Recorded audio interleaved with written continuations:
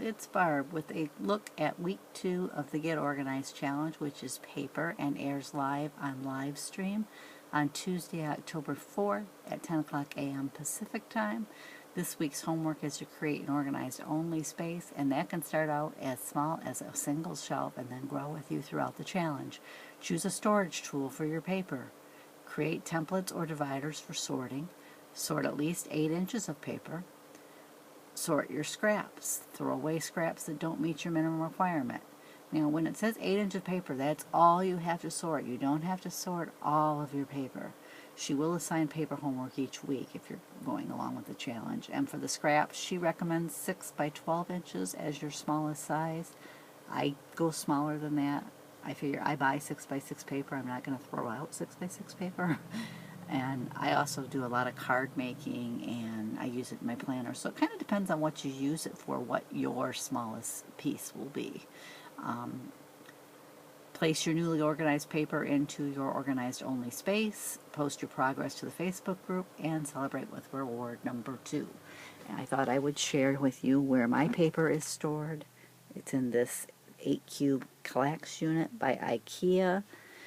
The first cube has my catalog section. I won't really get into that, and then my rainbow section, part of it is in these units here that I painted purple that my father-in-law made me. They're very similar to Stampin' Storage units, but those were out of my price range. My father-in-law was kind enough to make me a couple. And at the beginning of each section, whoops, not that one, that one's specialty paper, I have a scrap. I have 12 by 12 sheet protector with scraps in it.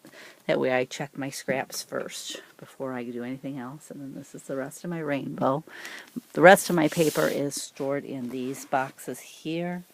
They're totally Tiffany paper junkie boxes. I just lay them on their side so that I don't have to pull them out to get my paper. I just wanted to pull it out to show you what they were in.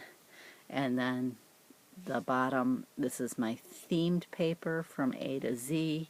It goes about halfway through the second cube here, and then it starts with calendar and goes all the way through over here.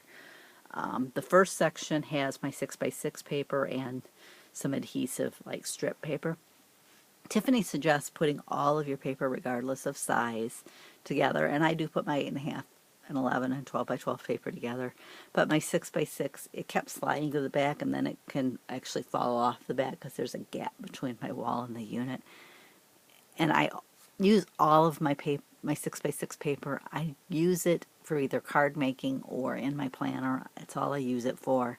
So I found it easier just to leave it separated. The box it's in is just a box that I received, something I ordered in, and I just put some paper over the front of it just to make it look a little nicer. But that's how my paper is stored. Gives you an ideal. When I first started the challenge, I could have filled maybe 2 cubes with paper, but now I have a lot more.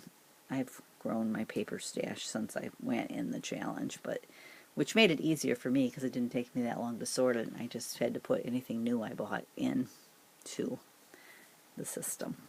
But now that I'm crafting, I find I like to have a little bit more on hand.